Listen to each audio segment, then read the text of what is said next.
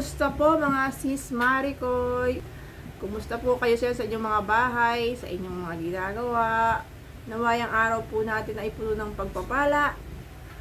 Ito ako ngayon, laging busy gamit ang aking e-bike sa si Juno. Sino ba may e-bike dyan? At nakaka-relate sa pang-araw-araw?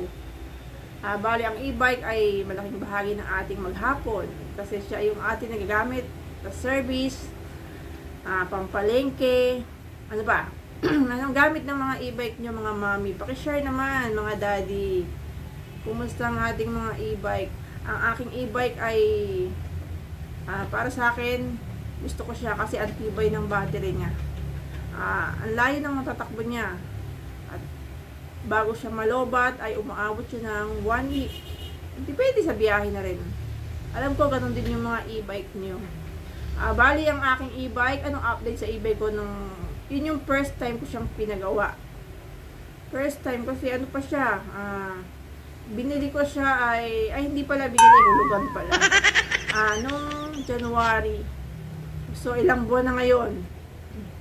January, February, March, April, May, June, July, August, September. 9 months na po siya sa akin. So far, ano yung mga naging problema ko sa kanya? Wala naman. Okay naman siya. Dito sa aming lugar, ang daming Excuse me po. Dito sa aming lugar, ang daming sa kanya nakakapasin kasi ang cute-cute ng mukha niya. Wow. Tapos, ang likod niya ay pag nagpapalingi kayo, yung likod niya may lagayan. Ganda niya. Tapos mukha siyang yung ano ba yun? Trend, Thomas and Friend, ganon mukha niya ganon. Kaya meron ako isang kapitbahay na kumuha din ng ganon. Pero ngayon siguro sa tagal-tagal kasi nag-uulan na nakaraan, wala naman siyang bubong. Dati kasi may bubong kaso dito kasi bawal na, pinatanggal na yung bubong. Ngayon ang ilalagay ko sa kanya ay trapal para naman mas safe siya. Kaso siguro 2 weeks diretso ang ulan. Ayun, siguro sabi naman ng gumagawa baka tatalsikan yung ilalim.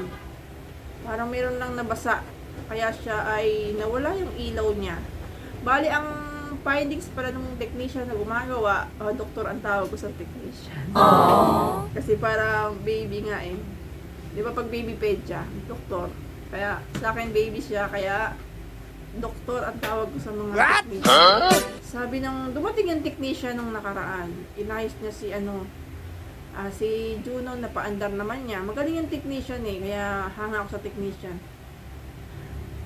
Uy, ang hirap magpa-schedule sa technician kasi sobrang malayo nga kami Excuse me po.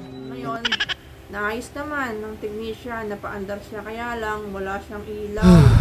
Nabasa yung kanyang ano ba tawag doon? Comment nyo nga po kung anong tawag doon yung nagko-connect sa mga ilaw sa wire. So babalik siya. Naayos niya napakatakbo niya. Kaya lang wala siyang ilaw. Nagre-reverse siya kaso dapat diba may tunog siya tutut. Kaya lang hindi siya natunog. Tapos yung windshield niya natigil. Kasi meron siyang meron nga daw na isang maliit lang na piyesa na papalitan. So, ayun nga, naayos naman siya. Nahahalid ko siya, nagamit ko siya panghalid sa estudyante, kaya lang sa umaga lang, pag maliwanag. Pag kagabi, ay naku, mahirap. Yun nga, wala siyang ilaw. Babalik yung gumagawa sa susunod na araw. Kaya po, abangan po natin.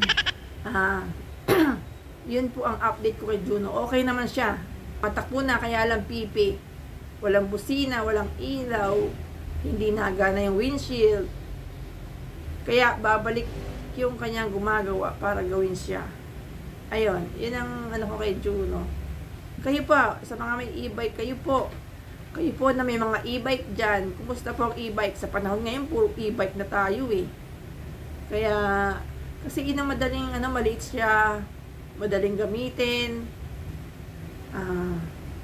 Hindi siya madaling malobat. Okay naman siya. Ano pa ba?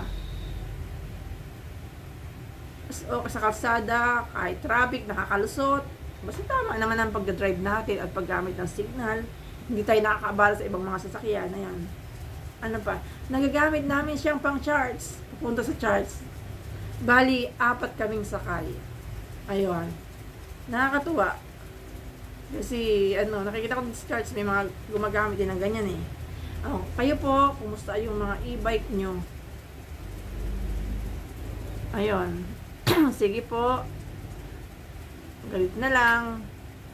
Paki-follow naman po yung aking, paki-subscribe naman po ang aking channel. Bago pa lang to. Matagal na siya, kaya lang ngayon lang ako nasipag. Malaking bagay pala sa mga mami na nag-iisa lang sa bahay. Ngayon, kasi kahit mag-isa ka lang, pag may channel ka, dakdak sa bahay kahit mag-isa ka lang. Sige po, paki-follow nyo naman po ako sa mga mami dyan na may gumagamit ng e-bike. Kwentuhan tayo tungkol sa mga e-bike nyo. Sige po, maraming salamat. God bless po.